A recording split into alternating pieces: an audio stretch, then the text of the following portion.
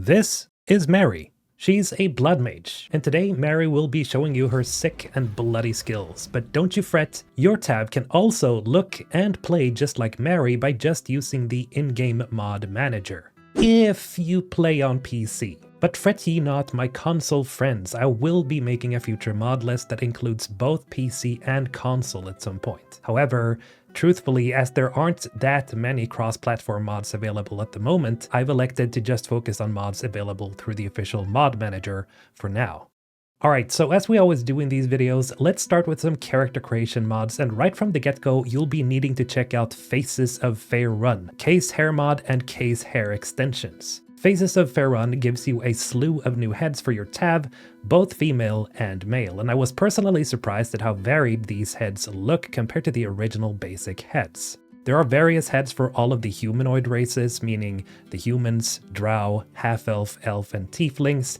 However, there are no heads for the strong body types, only for the regular bodies, at least for now. In any case, if you want to recreate your tab in Mary's image, then pick the head called Themia.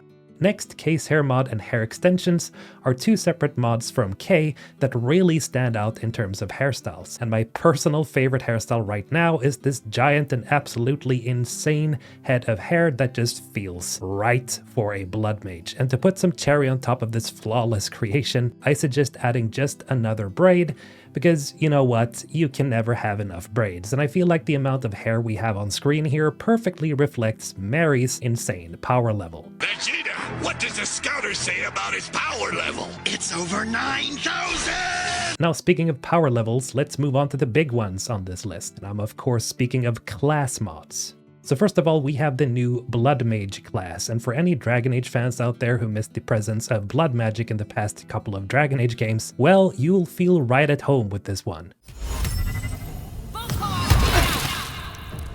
Blood Mage provides you with several all-new spells and abilities that doesn't feel too game-breaking. You see, because you'll be playing as a blood mage, you won't just use the blood of your enemies to dominate the battlefield, you'll be using your own.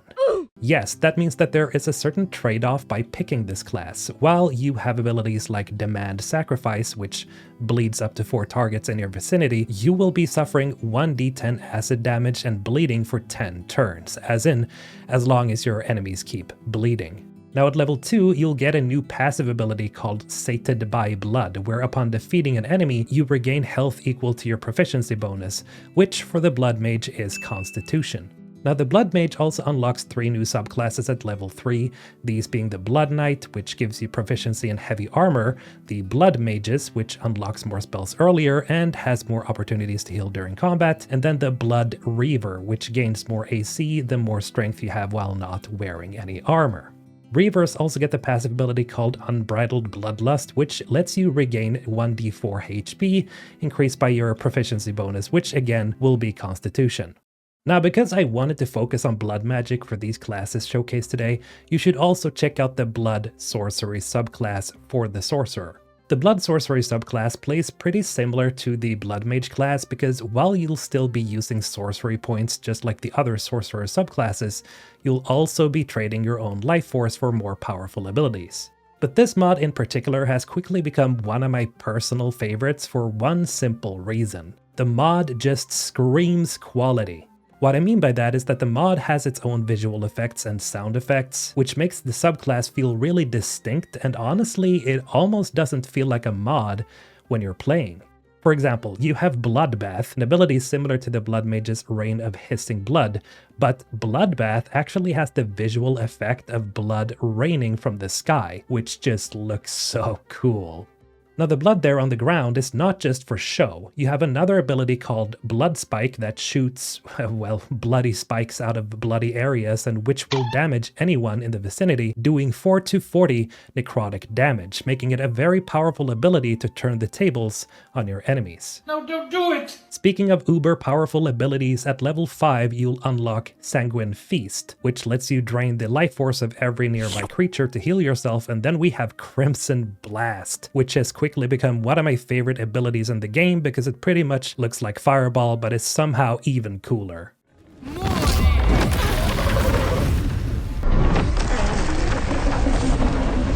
Now, make sure to be careful when using Crimson Blast, because while you'll still be doing 10 to 60 necrotic damage on hit, which is huge, you yourself will be taking 1 to 8 damage per target hit, meaning that you can absolutely self-nuke yourself in a bloody fashion if you're not careful. Which, again, I feel is a great trade-off to balance the experience of being a powerful blood mage. Now, it would be remiss of me to not include another magic mod that I feel has elevated my latest playthrough, and that's Mistress Spells. Mistress Spells simply provides you with a metric ton of new spells for you to use, and as far as I've tested, most spells feel fitting and not too overpowered. And if you elect to play as a blood mage instead of a blood sorcerer, you'll probably want to add this mod if you want a broader variety to your abilities. For example, one really cool cantrip that isn't in the game just yet, which will be added in patch 8 next year, is Toll of the Dead, which does 1 to 12 necrotic damage if the target is at half health. Of course, the only thing missing is an actual bell tolling here, but hey, it still adds some variety. That said, there are many other useful magic abilities in Mistress Spells, so I highly suggest you check it out. Now, it wouldn't be a complete mod list without some quality of life mods, so first of all, I can suggest grabbing the Clear Map mod, which removes grid lines and makes the map easier to just look at. And then we have Everyone Speaks with Animals, which provides every companion with the Speak with Animals spell in case you don't want to miss out on some of the best dialogue in the game. Shh, I'm concentrating. Does this look good? Is the coin in the middle? Yes. Yes, you're right. That's it. Then we have Inspirations Uncapped, which just lets you gather as many inspiration points as possible, lessening the likelihood of you having to save scum all the time when you want the best possible outcome. Then we have Stackable Barrels for all of you barrel mancers out there. And this mod makes it easy to keep track of all your barrels and just stacks every barrel type neatly. And finally, we have Adjustable Party Limits, which lets you freely adjust how many companions you can bring with you out in the world. This mod also comes with a safety lock of sorts. Because the game could bug out when you have too many companions in your group, this mod won't let you long rest if you have over 4 companions with you. So there's this neat little button that decreases the group size to 4 again whenever you need to long rest. Now yes, that unfortunately means that you'll have to go around asking your extra companions to come with every time you've long rested, and hopefully there's a workaround for this in the future. But for now, it's good that there's a safety check in place in order for your game not to act up. Now, to end this mod list, just like in previous videos, you're probably wondering what outfit Mary has, and well, it's a version of Mizora's dress. However, it's only available through the Scantily Camp outfit mod, which is not currently officially supported, meaning you'll have to go through Nexus mods to get it. However, I've got the next best thing. The Orchid Fall Dress is a pretty cool standalone outfit that you can modify, so if you just want to go with a dress without any sleeves and accessories, you can do so with this mod. To go with this, I'd suggest also getting Faerun Colors, which adds over 80 new colors for you to pick from with infinite uses so you can create your ultimate tab in your next playthrough. But I think that's gonna have to do it for today. Thank you to everyone who has been watching these mod videos so far. Seeing you guys come back time and time again for these videos really make them worth making. And if you want to support the channel more directly, then consider subscribing, which also gives me a signal that you guys want more content like this. Or, you know, even better, you could always become a channel member. Speaking of which, thank you to all of you in the Ensven squad for your support. Your help makes all the difference and lets me make these videos without stressing all too much. But see you guys in the next one. Mr. Alton signing out.